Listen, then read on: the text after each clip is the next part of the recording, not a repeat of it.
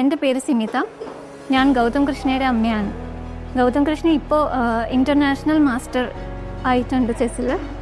അപ്പം നമ്മളൊരു 6 വർഷം മുമ്പാണ് മാസ്റ്റേഴ്സ് ചെസ് അക്കാഡമിയിൽ ജോയിൻ ചെയ്തിട്ടുള്ളത്. അത് ശരിക്കും പറഞ്ഞിട്ടുണ്ടെങ്കിൽ ആ ഒരു റൈറ്റ് മൊമെൻറ്റിൽ റൈറ്റ് ഡിസിഷൻ എടുത്തതിന് നല്ല ഒരു സന്തോഷമുണ്ട്.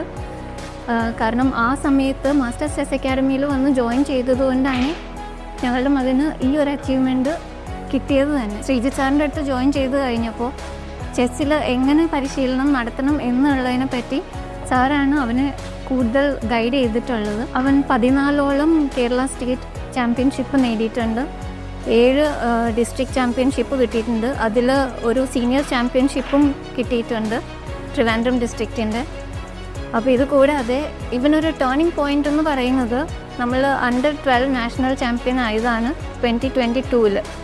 അതിനുശേഷം നമ്മൾക്ക് പല വിദേശ യാത്രകളും വന്നിട്ടുണ്ട്. Western Asian championship under 12 western Asian ചാമ്പ്യനായി. പിന്നെ സിൽവർ മെഡൽ, കോമൺവെൽത്തിൽ സിൽവർ മെഡലിസ്റ്റായി. ഇതെല്ലാം അവൻ്റെ അച്ചീവ്മെൻറ്റ്സ് ആണ്. അതിനുശേഷമാണ് ഇവൻ ഫിഡെ മാസ്റ്റർ ടൈറ്റിൽ കിട്ടുന്നത്. 2023-ലാണ് ഫിഡെ മാസ്റ്റർ ആവുന്നത്. 2024-ൽ ഇൻ്റർനാഷണൽ മാസ്റ്ററായി. ഇപ്പോൾ ഒരു ഗ്രാൻഡ് മാസ്റ്റർ നോമും ഉണ്ട്. ഇനി 2 നോമും കൂടെ കിട്ടണം. 2500 ക്രോസ് ചെയ്യണം. ഞാനിപ്പോൾ എൻ്റെ മകൻ്റെ മാസ്റ്റർ ലെവൽ ടൂർണമെൻറ്റ്സിന് വേണ്ടിയിട്ട് പല വിദേശ രാജ്യങ്ങളിലും കൊണ്ടുപോകേണ്ടി വരാറുണ്ട്.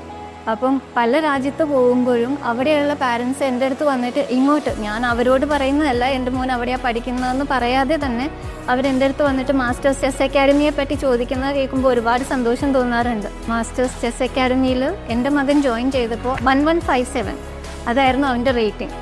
ഇപ്പോൾ അത് 2449-ൽ എത്തി നിൽക്കുന്നു. ഇതെല്ലാം ഞങ്ങൾ ശ്രീജിത്ത് സാറിൻ്റെ അടുത്താണ് കടപ്പെട്ടിട്ടുള്ളത്.